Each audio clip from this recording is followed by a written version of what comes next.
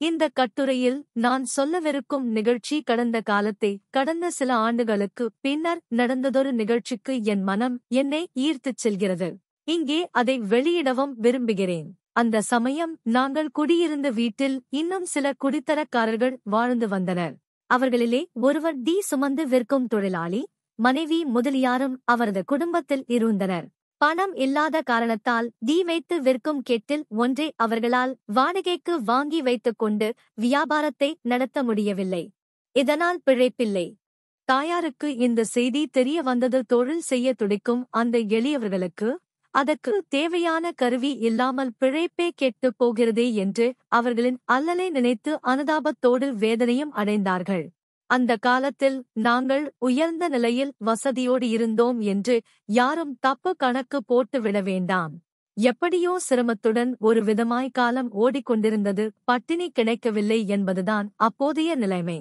அந்த தொழிலாளருக்கு உதவ வேண்டும் என்ற நல்ல எண்ணம் தாயாருக்கு பிறந்தது. எண்ணம் பிறந்தால் போதுமா? செயற்படுவதற்கு வாய்ப்பு, அதாவது பணம் வேண்டாமா? பணம்தான் இல்லையே.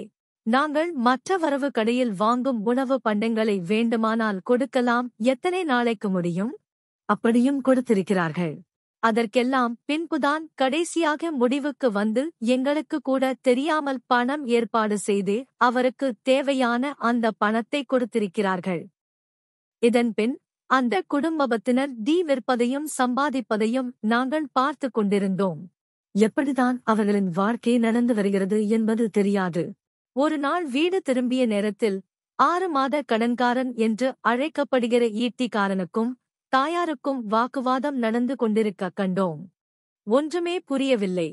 எங்களுக்கு ஈட்டிக்காரன் என்றாலே பிடிக்காது. அவன் பயங்கரமானவன் என்ற எண்ணம் உள்ளவர்கள் நாங்கள். அவன் வீட்டுக்கு வருவதே தலைக்குனிவு என்பதும் எங்கள் முடிவு. அப்படிப்பட்ட ஒருவன் என் தாயிடம் வந்து பணத்தை வைத்துவிட்டு மறுவேலை பார் என்றால் அதை எப்படி நாங்கள் சகித்துக் கொள்வோம்? அதுவரை நாங்கள் தாயாரை எதிர்த்து பேசியதோ முரண்பாட்டுடன் பார்த்ததோ கிடையாது. என்ன என்று விசாரித்தோம். எங்கள் உணர்ச்சி கொந்தளிப்பை பார்த்து புரிந்து கொண்ட தாயார் தம் கையில் போட்டிருந்த தங்க காப்பை கழற்றி அவன் மேல் விட்டெறிந்து, இதை எடுத்துக் கொண்டு போய் விற்று உன் பணம் போக மீதத்தை கொண்டு வந்து கொடு என்றார்கள். இதை சிறிதும் எதிர்பார்க்காத அந்த ஈட்டிக்காரன், நாளைக்கு வரேன், நீங்களே நாளைக்கு கொடுங்க என்று சொல்லிவிட்டு போய்விட்டான். அத்தோடு காலையில் 10 மணிக்கு வந்து விடுவேன் என்று எச்சரிக்கையும் செய்தான். அவன் போனதும் நாங்கள் தாயாரை பார்த்தோம். அழுகையோடு ஆத்திரத்தோடு எங்கள் வார்த்தைகள் வெளிப்பட்டன. தாயார் அவர்கள் சிறிதும் சலனமுறவில்லை. நான் கை நீட்டி வாங்கினேன், திருப்பி கொடுக்கலைன்னா அவன் திட்டதான் செய்வான். எதுக்காக வாங்கணும்? அவன்கிட்டே எதுக்காக வாங்கினீங்க? எதுக்காகவோ வாங்கினேன். ஏன் எனக்காக தான் வாங்கினேன். அதை யார்கிட்டையும் சொல்ல வேண்டிய அவசியமில்லை. கொஞ்சம் அதிகமாக வார்த்தைகள் எங்களிடமிருந்து வெளிவந்தன. இழிவான கேவலமான வார்த்தைகள் அல்ல. நீங்கள் ஏன் இப்படி செய்ய வேண்டும் என்று கண்டிக்கும் வார்த்தைகள். இதுவரை அவர்கள்தான் எங்களை கேட்டதும் கண்டிப்பதும் வழக்கம். அப்போது நாங்கள் கேட்கும்படியாக நேர்ந்ததை எங்களாலேயே பொறுத்து கொள்ள முடியாத போது தாயாருக்கு அதை எப்படி தாங்கிக் கொள்ள முடியும்? ஆனாலும் கடைசி வரையில் அவர்கள் எதற்கு பணம் வாங்கினார்கள் என்பதை தெரிவிக்கவே இல்லை. இந்த குழப்பத்தை எல்லாம் பார்த்து கொண்டிருந்த அந்த தொழிலாளியின் மனைவி எங்களிடம் வந்து அழுதபடியே உண்மையை சொன்னார்கள்.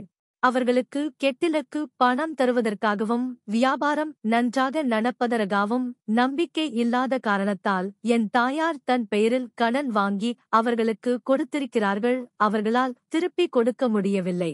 வரவுக்கும் செலவுக்கும் தான் சரியாக இருக்கிறதே. எப்படி கொடுப்பார்கள்? அதனால் தாயார் ஈட்டிக்காரனுக்கு பதில் சொல்லக்கூடிய நிர்பந்தம் ஏற்பட்டிருக்கிறது. இப்படிப்பட்ட இளகிய மனதையும் நாங்கள் கண்டிருக்கிறோம். எம்.ஜி.ஆர். அவர்கள் எழுதிய பதவி போராட்டம் என்ற தலைப்பில் சமநீதி பத்திரிகையில் வெளிவந்த கட்டுரையில் இருந்து ஒரு பகுதி.